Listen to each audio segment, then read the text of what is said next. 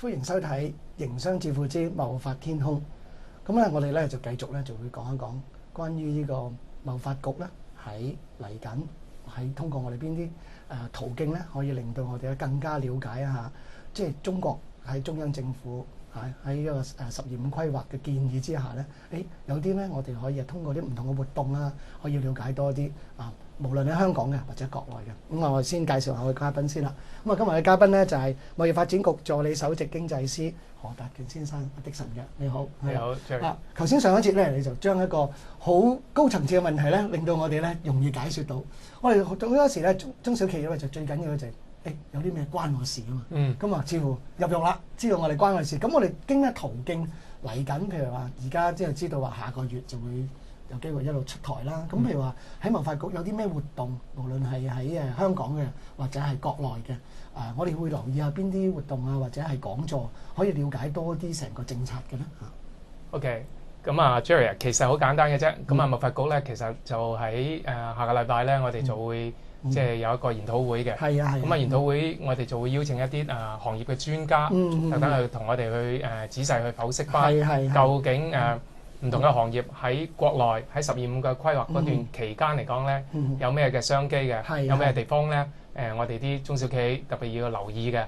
咁所以咧，呢個內地嘅營商嘅經驗分享咧，我諗咧對大部分嘅香港做生意嘅朋友嚟講咧，都會係有幫助嘅。係啊，嗱，但係我頭先咧，我哋上一節咧就講到呢個七大產業啊。係。咁我有啲大產業咧，我諗我哋好多時咧就成日大家都想參與，但係咧就未捉摸得到啊。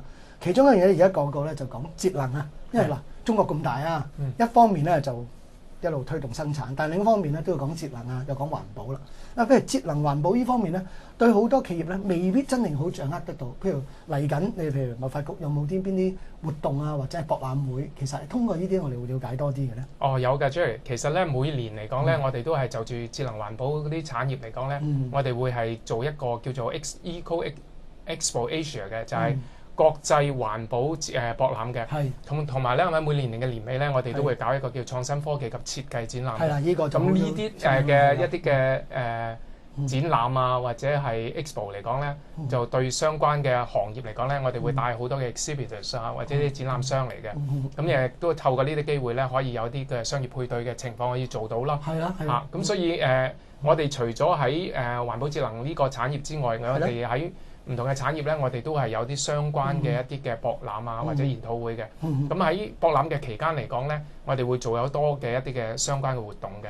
譬如頭先我提過咧，啲商貿嘅配對啦，咁你可以藉住咁嘅機會咧，更加認識到咩服務提供者啦，或者係個潛在嘅買家啊，咁樣都可以嘅。係嗱，通常咧，即係除咗譬如環保之外咧，有好多就而家一定講咧就係電信啊。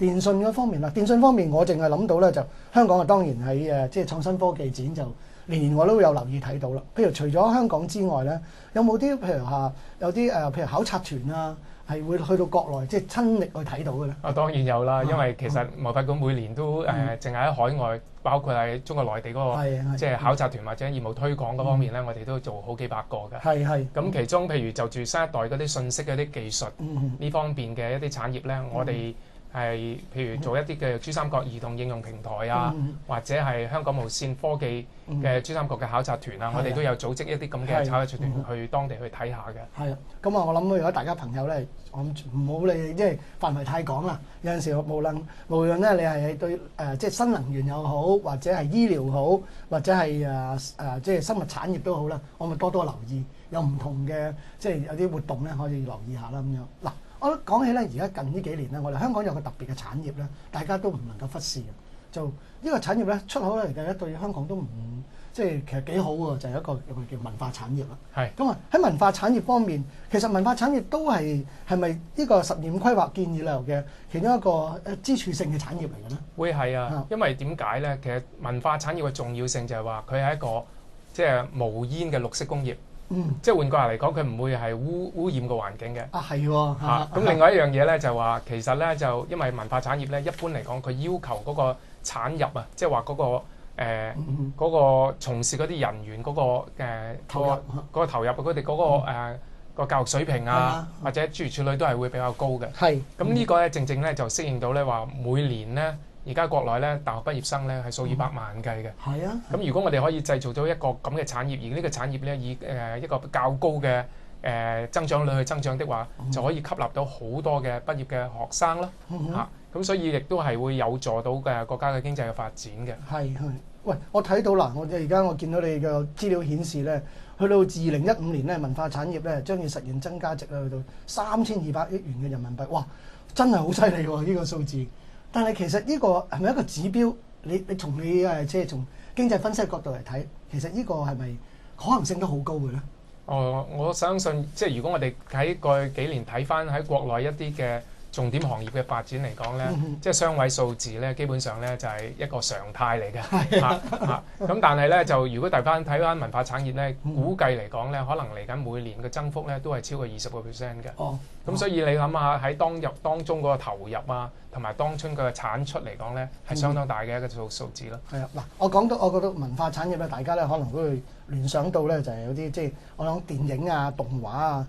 網絡遊戲啲算唔算嘅？當然係。咁啊，同埋有啲即係好多所謂移動應用啊，同埋娛樂啊呢啲等等都係相關嘅啦。咁但係咧，即係又講翻啦，我哋淨係知道哇有咁嘅機遇喺度。咁譬如貿發局嗱，我先講到啦，無論其他嘅可能好多環保啊，或者即係新能源啊，咁我哋有啲途徑我哋睇到啦。譬如喺呢個文化產業方面咧，貿發局有冇照顧到嘅咧？當然有啦，因為貿發局喺唔同嘅服務行業嚟講咧，我哋都係即係盡量可以提供一啲嘅配套嘅一啲嘅項目嘅。譬如就對文化產業嚟講咧，其實如果阿 Jerry 你有留意咧，就話我哋每年咧大約係即係呢個大約3-4月嗰段時間咧，我哋會有個叫Film Mark 或者係Entertainment Expo 呢樣嘢嘅。係啊。咁喺 Entertainment Expo 入邊咧，其實有時咧就可能係有6個唔同嘅環節喺度嘅。譬如數碼娛樂又係一個環節啦。可能係呢個動畫啊，同埋或者係呢個戲啊咁樣，影片啊咁版權啊佢都係喎。都係，所以我哋喺當中相關嘅其實嘅同文化產業有關嘅一啲嘅項目咧，或者一啲嘅program 嚟講咧，我哋都有喺呢段時間會加咗落去嘅。OK， 嗱，無論文化產業又好啦，咩產業都好啦，我哋好多時咧就成日覺得有一樣嘢就近水樓台好緊要啊嘛。係。咁香港我哋就成日都話背靠中國啊，但係最近咧就係當然就係即係我哋成日都提到咧，就係粵港合作。咁喺粵港合作呢方面咧，其實呢個係經常性都提及到，我哋就成日都喂大家兄弟嚟㗎嘛，咁啊一齊推動啊咁樣。咁而家喺12.5規劃建議嘅方面咧，喺地域性即係粵港合作方面咧，有冇喺邊方面係加強或者係更加個助力更加大嘅咧？好明顯一樣嘢咧，就係國家咧已經將粵港合作咧等咗喺一個所謂嘅國家嘅戰略性嘅層次嗰度㗎啦。咁所以估計咧喺12.5嘅規劃之中咧，最終咧會有啲文字咧係落實到話加強呢個粵港合作嘅。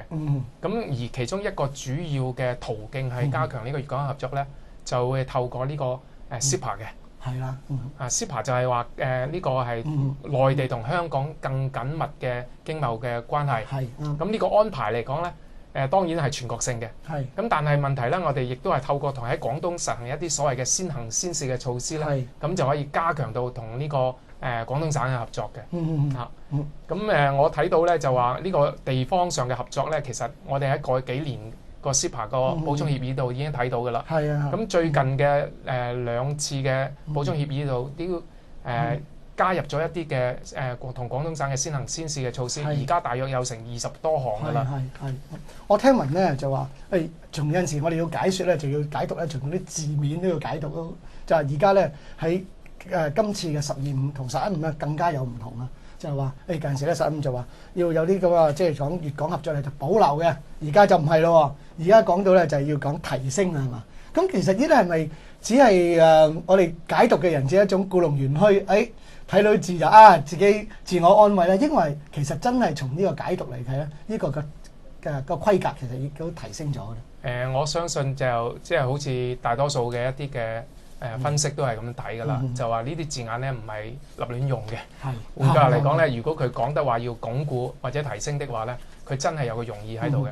其實我哋過去幾年間，我哋都睇到咧，粵港嘅合作或者係內地同香港嘅合作嚟講咧，係嗰個係進入咗一條我哋所謂嘅快車道嘅。係啱。咁呢個快車道咧，就睇到咧喺好多嘅層面已經係可以睇得到㗎啦。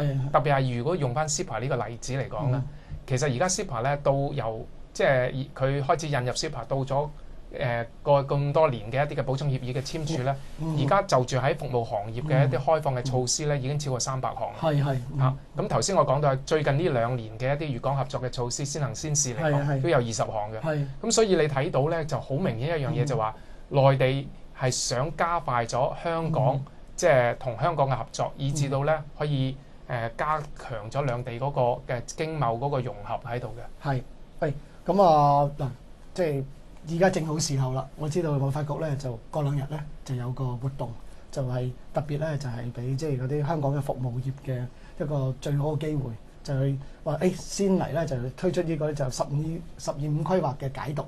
咁啊就喺好似過2日就係㗎咯噃，係咪？係啊，冇錯。嚇，咁啊內容會包括啲乜嘢㗎？會係即係可能會係咪講品牌啊，講下即係喺科技方面樣都會包含到嘅咧？當然就咁短嘅時間咧，就好難去包羅嘅。咁但係我哋都係揾咗幾個行業嘅一啲嘅專家咁上嚟，都同大家去仔細分析嘅。包括係一啲商業同埋設計嘅顧問啦。有啲係譬如關於一啲科技嘅嘢啦。咁同埋揾咗特別咧係做生意都好重要一樣嘢，就係個營商環境同埋律師嗰方面。所以我哋揾咗啲律師嚟講，法規好緊要，法律法規好緊要，特別係喺中國內地同我哋而家因為一國兩制嘅情況底下，佢行嗰套同我哋都有少少唔同嘅。